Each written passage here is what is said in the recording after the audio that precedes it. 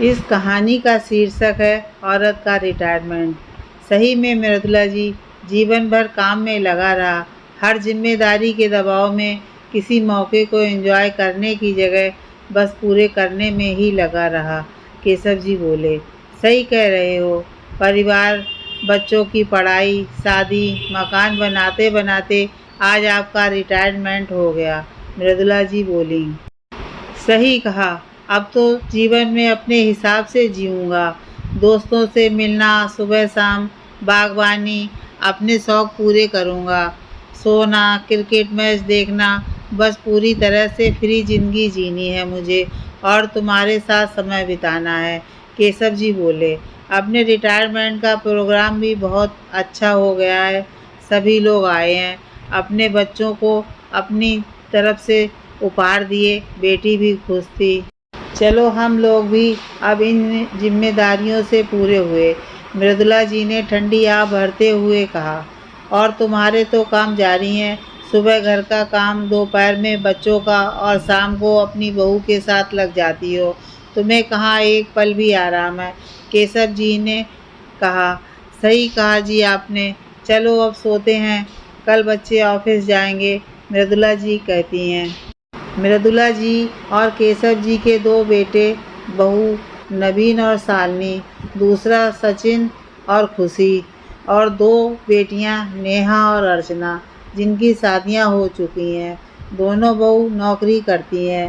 शालिनी जी school में और खुशी बैंक में।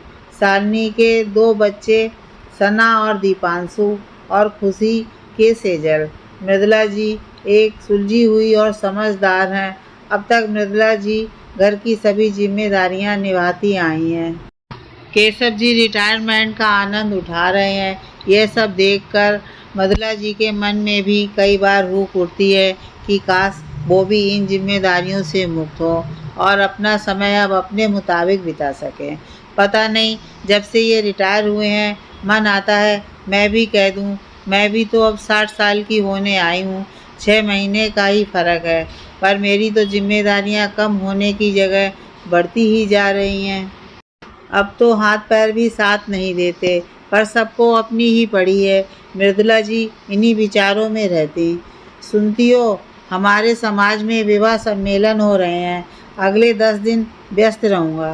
केशव जी बोले, अच्छी बात है। मृदुला जी बोली, क्या हुआ, कुछ परेशान लग रही हो।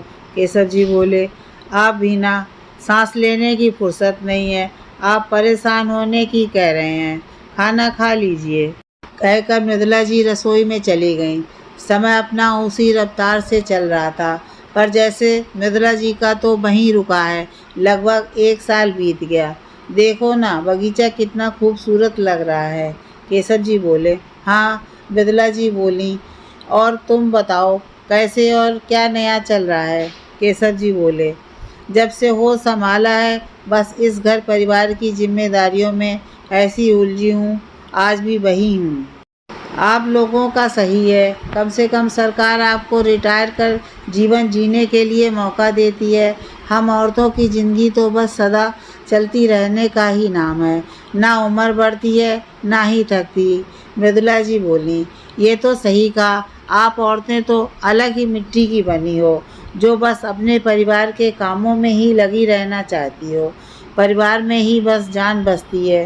केशव जी बोले, सब औरतों के मन पढ़ने आते हैं, बस औरतों को ही नहीं पता क्या चाहिए।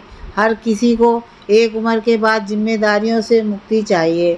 घर से नहीं, अपने परिवार से प्यार और सम्मान चाहिए, चाहे काम करें या नहीं। कुछ समय खुद के लिए चाहिए, पर रहने दो, मुझे काम है। कहकर मृदुला जी कमरे के बाहर आ गईं। सबको अपने आगे कोई नज़र ही नहीं आता। मैं भी ना बिल्कुल भी खुद को रोक नहीं पाई। आगे से ये विचार दिमाग से निकालने होंगे, जो स्नेह बच्चे मुझे देते हैं कहीं खत्म ना हो जाए। उन्हें लगेगा मैं स्वार्थी हो गई हूँ। मृदुला मन ही मन सोचने लगी। कुछ दिनों बाद शालिनी ने कहा, मम्मी जी अगले हफ्ते फंक्शन है, शायद पापा जी कोई अनाउंसमेंट करेंगे और इनको भी प्रमोशन मिला है।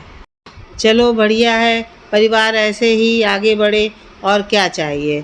पर तुम्हारे पापा जी ने नहीं बताया मृदुला जी बोली। मम्मी जी उन्होंने मुझे कहा और बताया किसी दूसरे काम में व्यस्त हैं। शालिनी बोली, सही है, अब तुमने मुझे बता दिया वही काफ़ी है, मृदुला जी बोली। फंक्शन के दिन केशव जी सुबह जल्दी उठकर बाहर चले गए।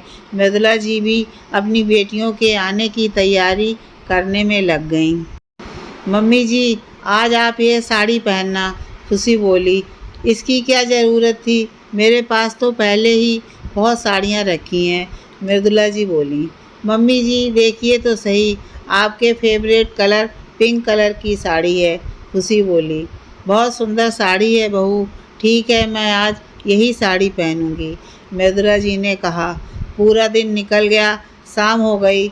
मृदुला जी तैयार होकर मेहमानों को देखने आ गईं। कुछ देर बाद केशव जी आए। आप कहाँ चले गए थे? जब सबको न्योता दिया था तो खुद तो घर पर रहना था, मृदुला जी नाराज़ होते हुए बोलीं।